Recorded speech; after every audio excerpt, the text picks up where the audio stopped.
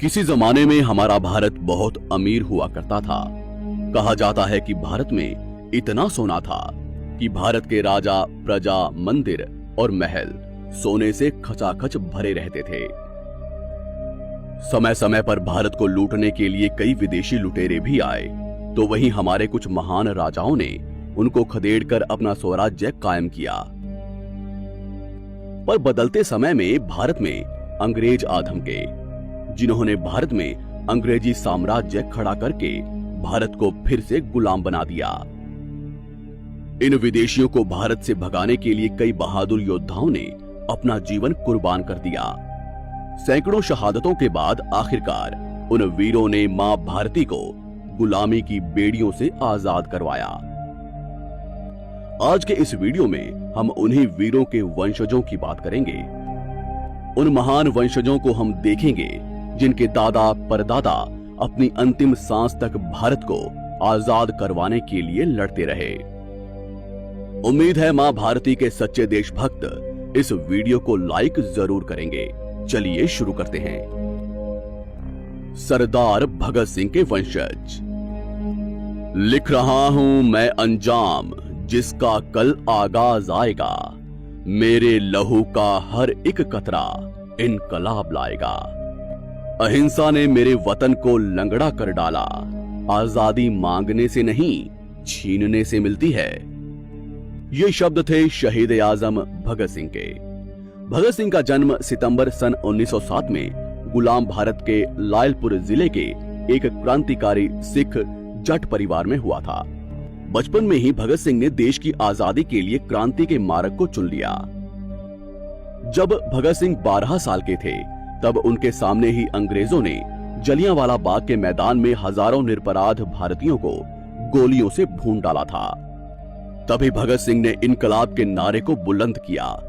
क्रूर अंग्रेज अधिकारी सैंडर्स को मारने से लेकर अंग्रेजी संसद में बम धमाके करने तक भगत सिंह ने कई ऐसे क्रांतिकारी कारनामे किए जिससे अंग्रेजों के मन में मां भारती के इस लाल का खौफ हो गया। जिसके बाद विदेशी अंग्रेजों ने भगत सिंह को मात्र 23 साल की उम्र में फांसी की सजा सुना दी। वीर भगत सिंह की शहादत के बाद संपूर्ण देश में क्रांति की चिंगारी जागृत हुई।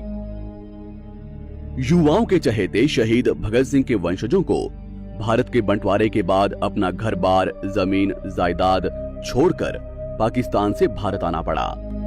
भगत सिंह के 9 भाई बहनों का एक बड़ा परिवार था जो हरियाणा और पंजाब में बस गया। सरदार भगत सिंह आजीवन कुंवारे रहे।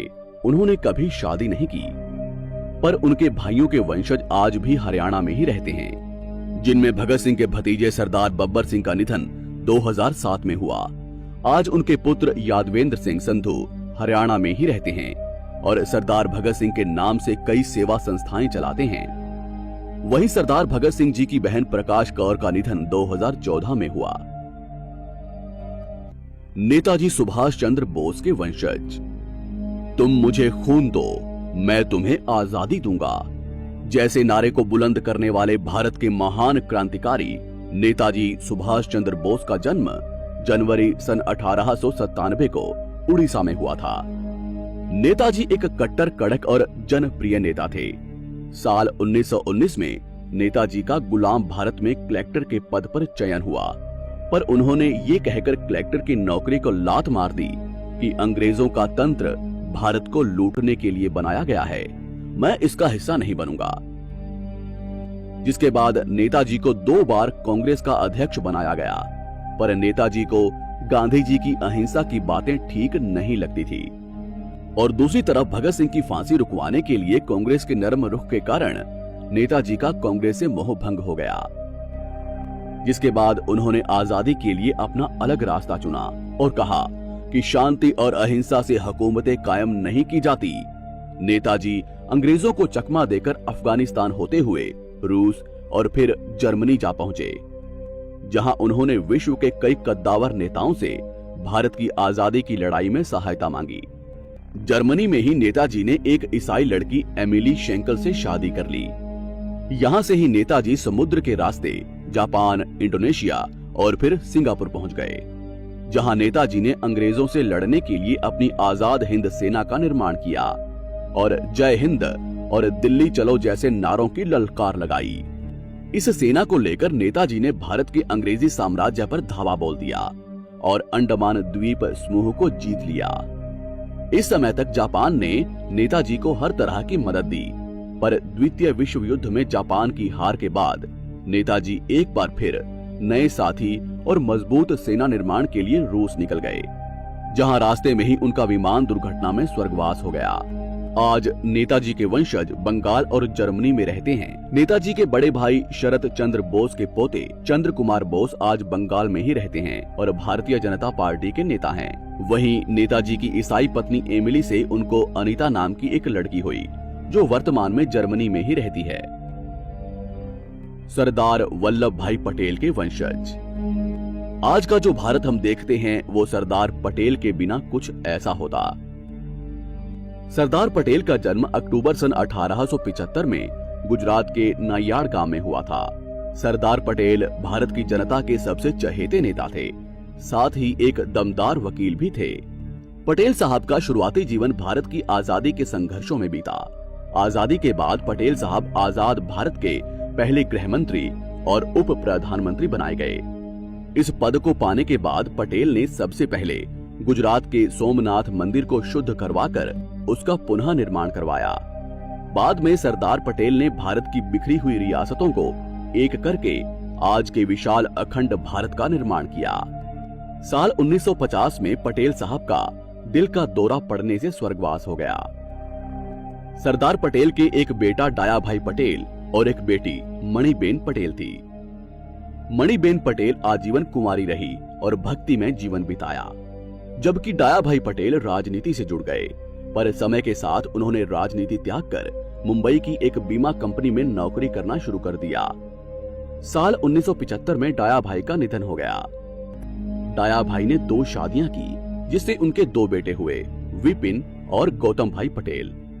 आज सरदार पटेल के पोते गौतम भाई पटेल अपनी पत्नी और बच्चों के साथ अमेरिका में रहते हैं, जबकि विपिन भाई स्वर्गवासी हो चुके हैं। सरदार पटेल जैसे महान नेता के वंशजों ने अज्ञात कारणों से राजनीति से दूरी बना ली। राव तुलाराम के वंशज। हरियाणा के राजनायक राव बहादुर उर्फ राव तुलाराम अहीरवाल के यदुवंशी राजा थे। उनका राज्य रेवाड़ी, पंजाब और हरियाणा में फैला हुआ था। भारत में 1857 की क्रांति के समय इन्होंने अपने राज्य से अंग्रेजी राज को समाप्त करके अंग्रेजों को दिल्ली तक दौड़ाया।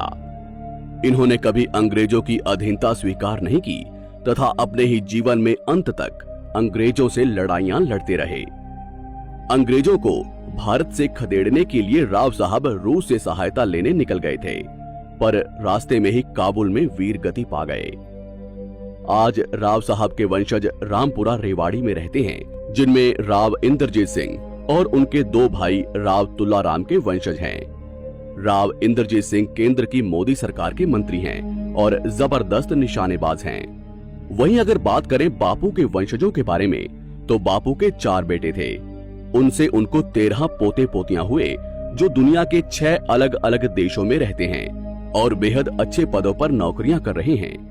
गांधी के परिवार के आज 154 वंशज जीवित हैं, जिनमें से गांधी जी के बड़े बेटे हीरालाल के वंशज आज अमेरिका में रहते हैं। उनकी पोती मेघा गांधी अमेरिका की फिल्मी दुनिया से जुड़ चुकी हैं। धन्यवाद दोस्तों, इस वीडियो को लाइक जरूर कीजिएगा ताकि हमारी मेहनत सफल हो। अगर आप और किसी स्वतंत्रता सेनानी के वंशजों को जानना चाहते हैं तो कमेंट बॉक्स में जरूर लिखिए। आपका आभार, धन्यवाद, जुड़े रहिए।